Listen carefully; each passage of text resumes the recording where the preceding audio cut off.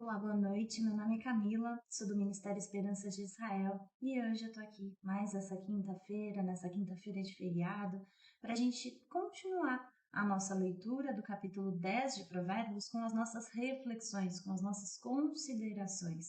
Hoje a gente vai fazer essa leitura e essas reflexões a partir dos versos 10 até os versos 21. E eu convido você, se você tiver com a sua Bíblia, aí, hoje o nosso vídeo ele tem o nome do o dom da língua, né? O poder da língua. E eu convido você a fazer essa leitura desses versos comigo. Se você não estiver com a sua Bíblia em mãos, não tem problema. Acompanhe comigo através, né? Ouvindo a minha leitura e assim seguindo nas nossas reflexões que a gente tem feito na palavra de Deus. Vamos lá? Livro de Provérbios, capítulo 10, versos 10 a 21 dizem exatamente assim: o que acena com os olhos dá dores, e o tolo de lábios será transtornado. A boca do justo é manancial de vida, mas a violência cobre a boca dos ímpios. O ódio excita contendas, mas o amor cobre todas as transgressões. Nos lábios do sábio se acha a sabedoria, mas a vara é para as costas do falto do entendimento. Os sábios escondem a sabedoria, mas a boca do tolo é uma destruição. A fazenda do rico é a cidade da sua fortaleza. A destruição dos pobres é a sua pobreza. A obra do justo conduz à vida, as produções do ímpio ao pecado. O caminho para a vida é daquele que guarda a correção, mas o que abandona a repreensão erra. O que encobre o ódio tem lábios falsos, e o que difama é um insensato. Na multidão de palavras não falta transgressão, mas o que modera os seus lábios é prudente. Prata escolhida é a língua do justo, o coração dos ímpios é de nenhum preço. Os lábios do justo apacentam muitos, mas os tolos, por falta de entendimento, morrem. Esses são os nossos versos que nós vamos refletir e considerar nessa noite. Como uma observação pessoal, eu queria começar dessa forma, né? Eu tenho uma observação pessoal, eu sempre fui muito curiosa e muito impressionada com o poder que a comunicação, que as palavras têm sobre todas as coisas, né? E ao conhecer a palavra de Deus, eu compreendo o porquê, eu aprendo o porquê. É a forma, né, que dia após dia a gente pode se manifestar, né, receber e abençoar as pessoas e sermos alcançados também por outras pessoas. É a forma que a gente tem de nos aprisionar e de nos manter, né, em prisões criadas, ou enfim, e de nos manter aprisionados cada vez mais, mas também é um meio que o Senhor tem de nos libertar e de nos perdoar.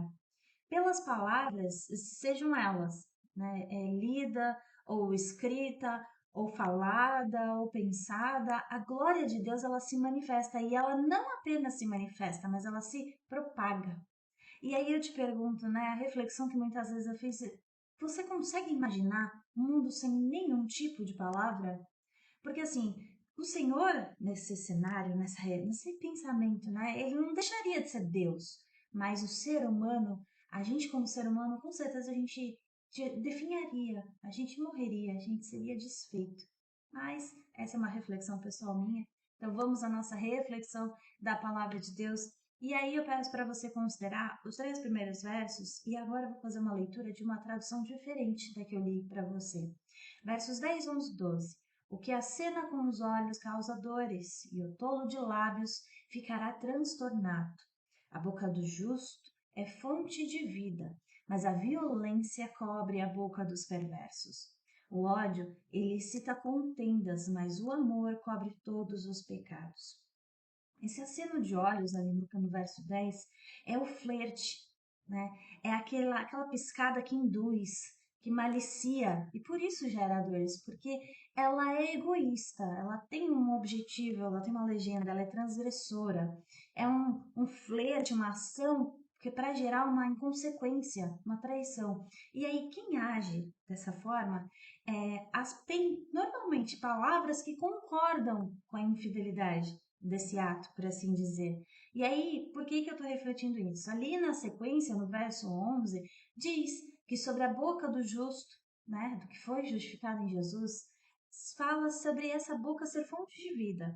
E eu não sei se você recorda, mas eu comentei no vídeo passado e alguns outros também, que a palavra já nos exorta sobre uma dessas verdades essenciais para a gente reconhecer o caráter de alguém. E até mesmo, não só pensando de dentro para fora, não só pensando de nós para os outros, mas também dos outros para a gente, que é uma forma da gente não só reconhecer o caráter das pessoas, mas também de examinar a nós mesmos, as nossas palavras, que é aquela passagem que a boca fala do que o coração está cheio. É este o ponto, é a reflexão, né? Essa explicação de como se manifesta o justificado em Jesus e o perverso. E aí o verso 12, que eu li aqui por último para você, é o que coroa essa explicação. Porque o ódio que o perverso, né, manifesta, o ódio que o comportamento perverso manifesta, que o pensamento, né, perverso manifesta, que as palavras perversas manifestam, ela alimenta conflito, ela alimenta a situação de atrito.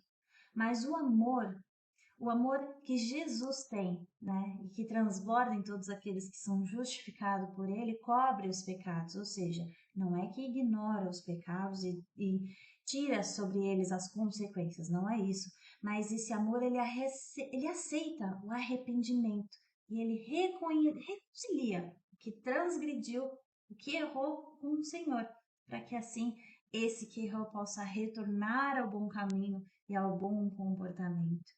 E eu convido você a continuar na sequência dos versos, porque a gente pode observar que o sábio, ele não é só o que guarda as palavras, né? O que retém ali as palavras muitas vezes, mas ele é o que dosa as palavras, porque no nosso dia a dia, na nossa vida, é exatamente isso. Nem tudo precisa ser dito, nem tudo precisa ser respondido, nem tudo precisa ser explicado. Mas se a gente faz cada uma dessas coisas, ou qualquer uma dessas coisas demais, a gente abre uma porta de transgressão. E aí muitas vezes a gente fala mais do que a gente quer dizer.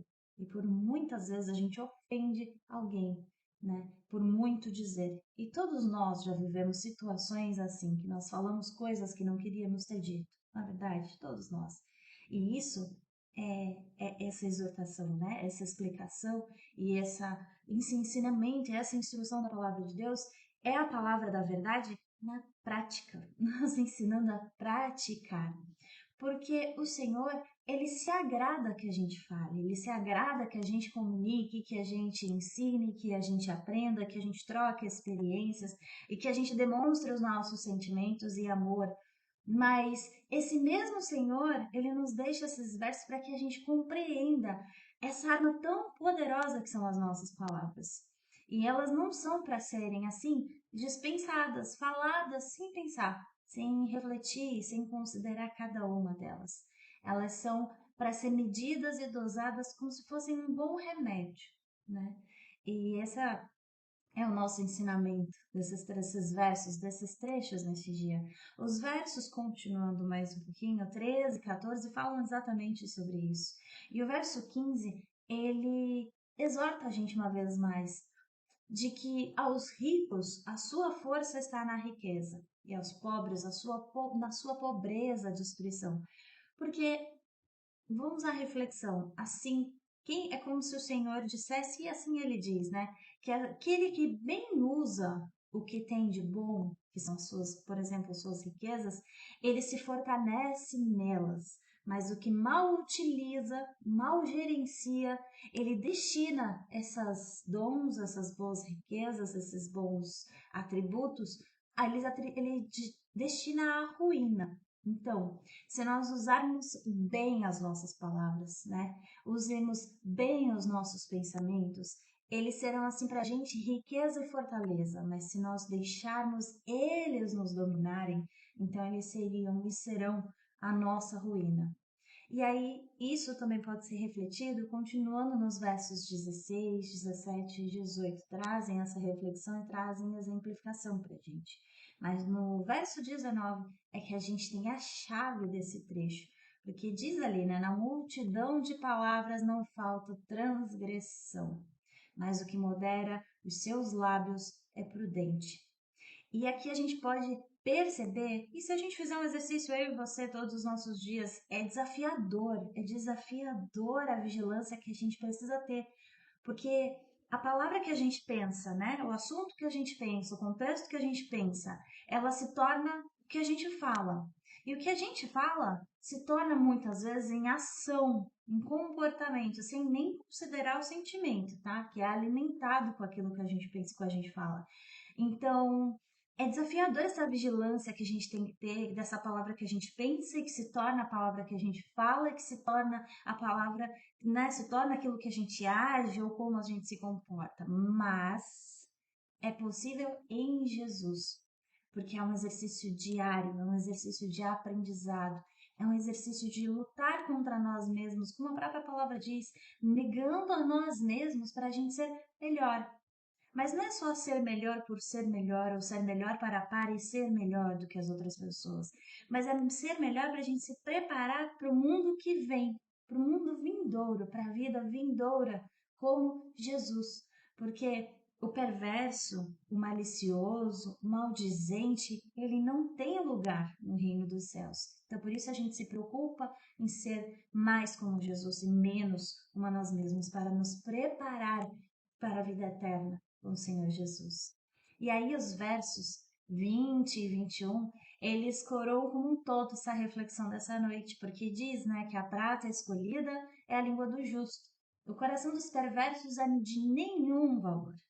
Os lábios do justo apacentam a muitos, mas os tolos morrem por falta de entendimento.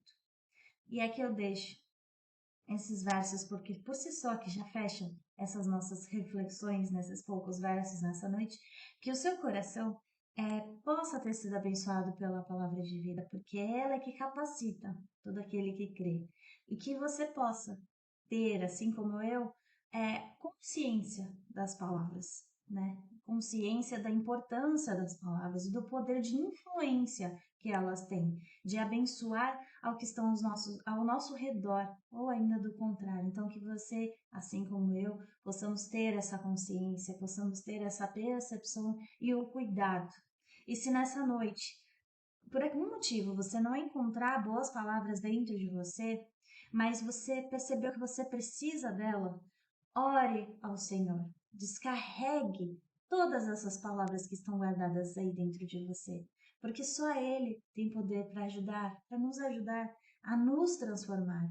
Só Ele tem os bons ensinamentos e só Ele tem o como fazer, só Ele tem o caminho.